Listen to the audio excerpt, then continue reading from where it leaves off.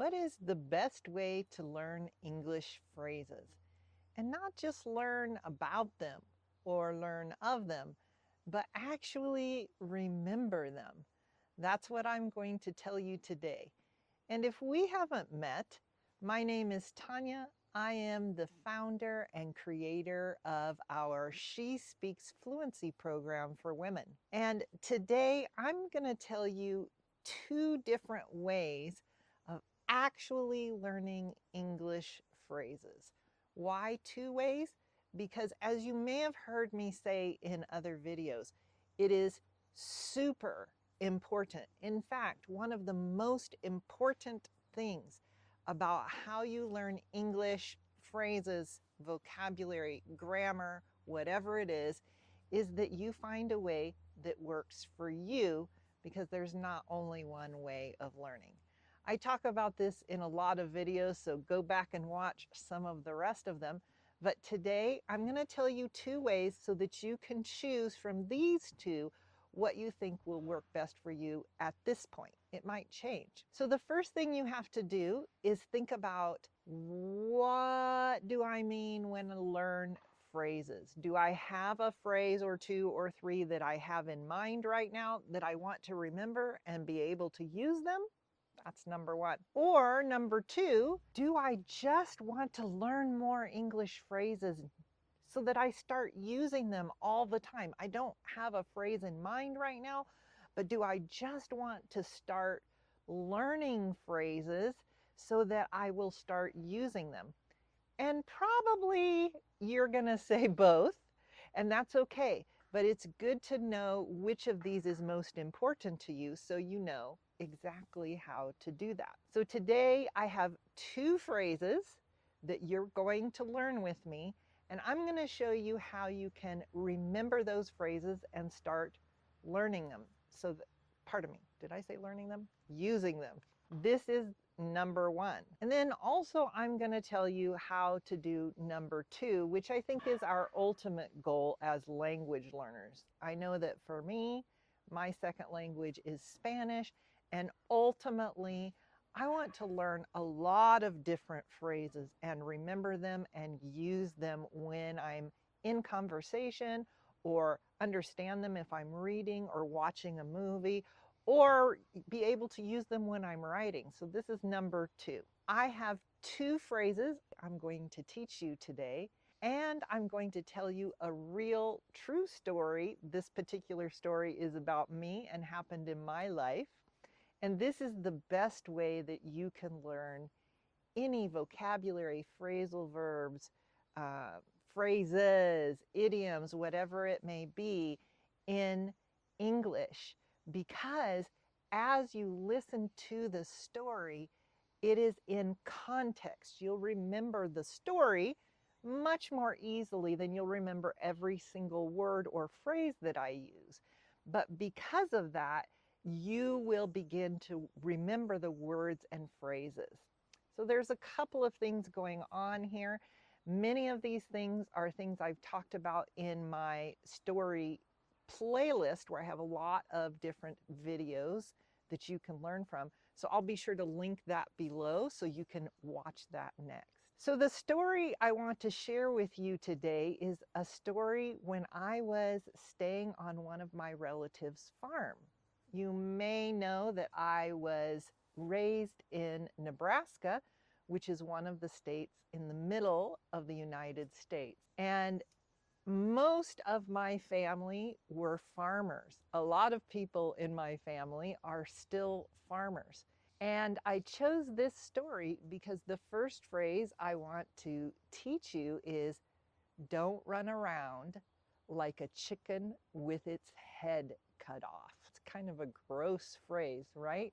But it's a pretty common phrase that you'll hear here in the United States. Don't run around like a chicken with its head cut off. And the phrase means don't get so busy and rush around so much that you can't be effective, that you aren't really getting anything done, that you aren't really doing what you need to do, or maybe you're just making a mess. This phrase is a phrase I heard myself use just the other day, and it made me think of, I need to tell this story. Because when I was a young teenager, about 14 years old, I was living for the summer with one of my cousins on their farm. And butchering chickens is one of the things we did during the summer.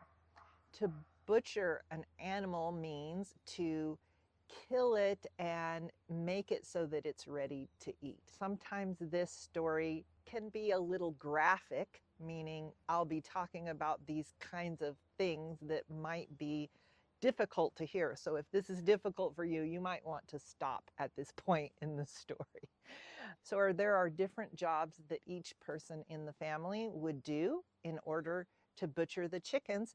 And I always volunteered to be the person who would watch the small children. At 14, and actually at this point in my life too, there was really no other jobs in butchering a chicken that interested me, because it involved a lot of blood and guts, and not just the blood and guts that you see on television. Guts are like the things inside our body, the organs and the blood and the vessels, all that stuff. So I've never been very good with blood and guts. And then there were some other jobs that had to do with plucking the feathers. In other words, to pluck the feathers means to pull out the feathers, and it wasn't bloody. It just wasn't something I enjoyed, because that job also included singeing the teeny tiny feathers that we didn't pluck off. You would singe them. You would light a candle with a little fire on it and hold the chicken over like this so that the fire would singe the feathers.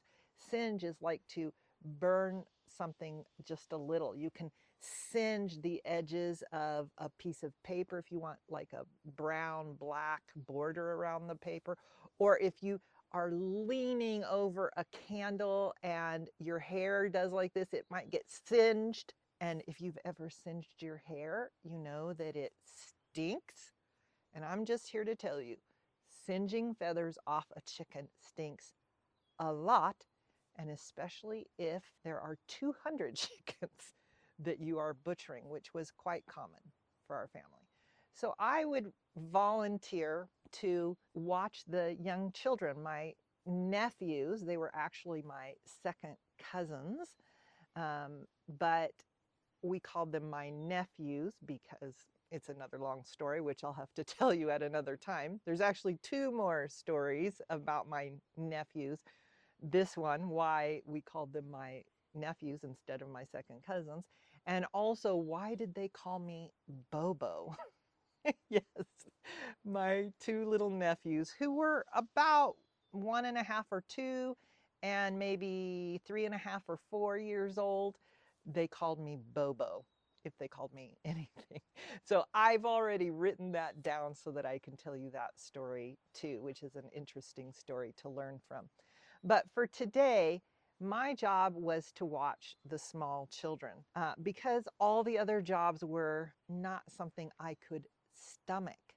If we say there is something we can't stomach, it means that it is something that makes us feel sick in our stomach, or it might even make us feel like throwing up or gagging. So yeah, those were not things I wanted to do. One of the jobs is cutting the heads off of the chickens. And this is considered a very humane way to kill or slaughter a chicken. To slaughter a chicken or any animal means to kill them so that they can be butchered for meat. And it's humane, meaning it doesn't cause them any pain. It's so fast that they don't know what hit them. This is another phrase, they don't know what hit them. We use it like this. It's so fast, they die so quickly, they don't know what hit them. We use this in other contexts, but our phrase that we're going to focus on today is don't run around like a chicken with its head cut off, and one other that I'm going to tell you here in a minute. So one of my cousins, one of the cousins who was a guy, a boy, a young man, he was about 19 at the time. His job was to cut the heads off the chickens. And then normally they would turn the chicken, hold the chicken by its feet, cut its head off very quickly, and then turn it upside down in the ground so that it would stop bleeding. And then you could just simply lay it aside. However, he thought it was hysterical, meaning very funny, to cut the head off of the chicken and then let it go, and it would just run around. Because when it's first killed, I don't know all the science behind this, but chickens will still run around kind of crazy for not very long, a few seconds, before they fall over because they're dead. This is super gross, and I'm not going to get into all the gross things about it, but then I would freak out. And my cousin, who was a young man, thought it was really funny to make his 14-year-old cousin freak out and be like, ah, that's so gross, blah, blah, blah. So I learned very quickly not to be where the chopping block was. Here's another word that we use in other idioms.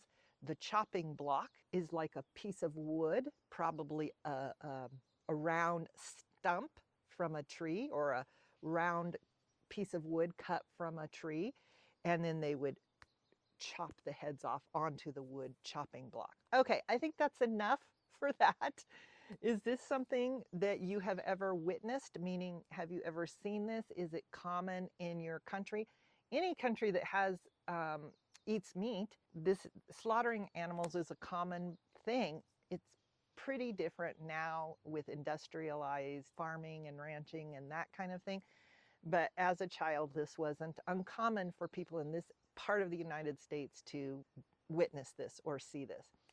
So the reason I tell you this is because this phrase, don't run around like a chicken with its head cut off, comes from this situation, that the chickens without their head will run around frantically, like, for a few seconds, really, until they die. So if you think about this phrase, don't run around like a chicken with its head cut off, it's kind of implying that if you run around crazy trying to do too many things, it's not good. I will say that I am guilty of running around like a chicken with its head cut off too often. Way less than I used to, but too often. And this is why I was using this phrase, because earlier this week I had more classes on my schedule than usual, more classes than really was a good balance.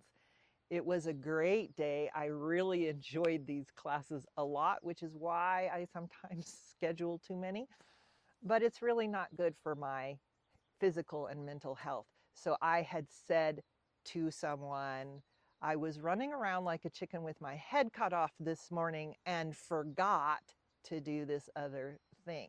So basically I was saying I was trying to do too much and I forgot something that was important. This is a really common way to use this phrase. Ah, SP. SP has a leaf in her hair. I don't know if you can hear her with this microphone or not, but okay. So the second phrase I want to share with you today is the phrase show, not tell. This phrase is actually commonly used in writing. You might learn this phrase if you were going to high school here in the United States. I can use it today because what I did when I taught you the previous phrase was I showed it to you versus telling it to you. Telling it to you would be running around like a chicken with its head cut off means don't rush around too much. That's telling it. If you are being told a phrase, it's much harder to remember. But if you're being shown, if I tell you a story like I just did, or it could be a totally different story. I actually gave you two stories, one about the farm and then a really short one about how I used the phrase just the other day when I was super busy because I had too many things on my schedule. So I gave you 2 stories so that you could relate to it. You could experience it, you could feel it, and this is show, not tell. Now, another way that you might use this phrase, show, not tell, is if you're the type of learner like I am, where you learn by doing things. And that's the way I try to include this in all of my videos here on YouTube, because we have different types of learners. I learn by doing. Maybe you learn by reading or seeing or moving. There are probably different ways that you learn. One of the ways for me is to do something.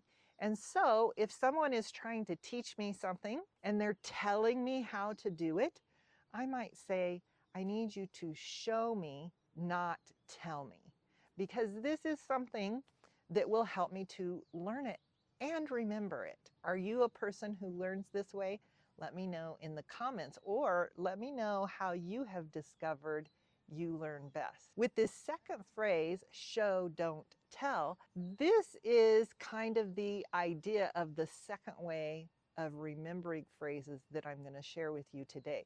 So let me go over how you can best remember these 2 phrases, which is learning number 1 that I mentioned at the beginning of the video. And then I'm going to tell you about learning number 2, which is just learning and knowing a lot of common phrases without studying them. Both of these ways of learning are good ways to learn, and there may be different reasons you might want to use them. So if you'd like to remember these 2 phrases, I'm going to put them on the screen again here for you so you can write them down. And this is the first step. I want you to pause the video if you need to and write down these 2 phrases. Number 1, don't run around like a chicken with your head cut off. And number 2, show, don't tell. And once you get them written down, come back so we can talk about how you will remember them. All right, now that you have them written down, you are already on your way to remembering because you've already heard the story, you've written them down, and now you're going to practice these phrases because they're 2 phrases you specifically want to learn and remember. So the next thing you need to do before you practice it is number 3, make sure you understand the phrase. Because if you don't understand it, you're going to have a really hard time using it and practicing it. And in fact, you might practice it wrong. And that is one of the big problems I see with English learners is they've learned something in the wrong way, and now we have to unlearn it before we can start learning again. This is not a terrible thing. It happens to almost everyone, but it is something we want to avoid. So to make sure that you understand these phrases, I want you to ask me any questions you have about the phrase in the comments, and in a second comment, I want you to write the word example, like you see on the screen here. Write the word example and write your example. And then at the end of your example, ask, is this a good example? Does this example work? Something like that. I'm going to help you with those examples so that you can start to see, A, do I understand it? I asked the questions. And B, in a separate comment, I'm giving you an example. This is really important before you start to use it and practice it. Then once you understand it, you feel pretty confident that you can make an example, you need to use it or practice it. Basically, these are the same things. Recently on my Instagram, I talked about what you know in English is not as important as using it. So it's super important to use the English you already have, and for any vocabulary, phrasal verbs, idioms, phrases that you want to add to your conversations and remember, you need to use them. So of course, one of the best ways to use them is to use them in a conversation. If that's not something that you have available to you, then the next best thing is to write these phrases in examples. And ChatGPT or another AI that you like will help you to make corrections. And you can also ask ChatGPT to have a conversation with you using the phrase or the word or whatever it is. This is one of the things I love about AI. Now, once you've done that, you're going to want to use spaced repetition. So what is spaced repetition? I'm going to tell you what that is. But first, I want to know from you, do you use ChatGPT to learn English? Or is there another AI tool that you like even better than ChatGPT? I think I might have found one I like better. And if you've been following me here for a while, you know that I really love ChatGPT for a learning tool. But I think I may have found one I like better for learning languages. And when I have the time to study it and research it and use it myself, I will be sharing it with you. But for now, ChatGPT is working great. And I'm curious which AI tools you found that work really well for you. Okay, so we have used it, we've practiced it. Now we want to use it with a human. I know this is really difficult for a lot of people who don't have a human to talk with. And so if this particular step is not available to you, don't worry. You can still learn a lot. However, to really learn a language and learn it here, not just here, to really own this language, you need to use it for communication. Communication and connecting is what having any language is for.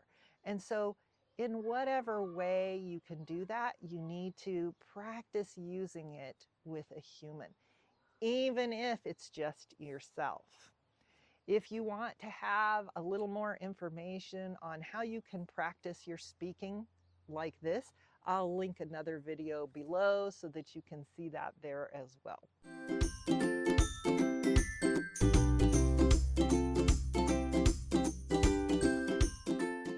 All right, let's talk about this second way of learning and remembering phrases, which personally is one of my favorite, maybe even my favorite way to learn phrases in my second language. And that is spending more time listening to and reading comprehensible input. I have other videos you can listen to about that, so I will also link those below. But basically, you want to listen to as many things that you understand, 95% or more. And then additionally, I would say things that you are interested in. And then the other part of this is to do what I said, to use it, to have conversations. But wait, Tanya, that's the same thing as the last one. Not exactly. This is the show method that I was talking about a little bit earlier, but it's more the use it method. In this method, you're not going to choose a specific phrase. You're not going to necessarily write them down. What you're going to do is really use the language as much as you can by listening, reading as many things as you can find where you understand most of what you're reading, and having as many conversations as you can, and using those speaking ideas that I mentioned. I'll put the link below, because this is just kind of like immersing yourself in the language. It's a natural, or you could say an organic way to learn. This is the way I learn most of my Spanish and all of my German. I started out with more traditional learning methods with Spanish, but with German, I'm using 100%, as much as possible, 100% comprehensible input. Now, what are your questions about comprehensible input? Is this something you've tried? I want to tell my story about it very soon. I need to put it on my list. But for now, if you are looking for someone to speak to, if you don't want to have to look for somebody to speak to anymore, and you are a woman with an intermediate level of English or more, then I really want to invite you to get more information about my She Speaks Fluency program for women with an intermediate level of English. In this program, it includes everything you need to build your fluency, but one of the main things is having somebody to talk to when you need somebody to talk to.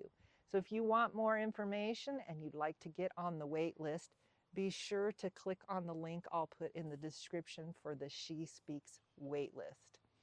And if you want to go right now and start learning more than what you've already learned here, then I would suggest that you go and take a look at this video so that you can continue becoming more fluent. Thank you for joining me today, and I'll see you in the next one.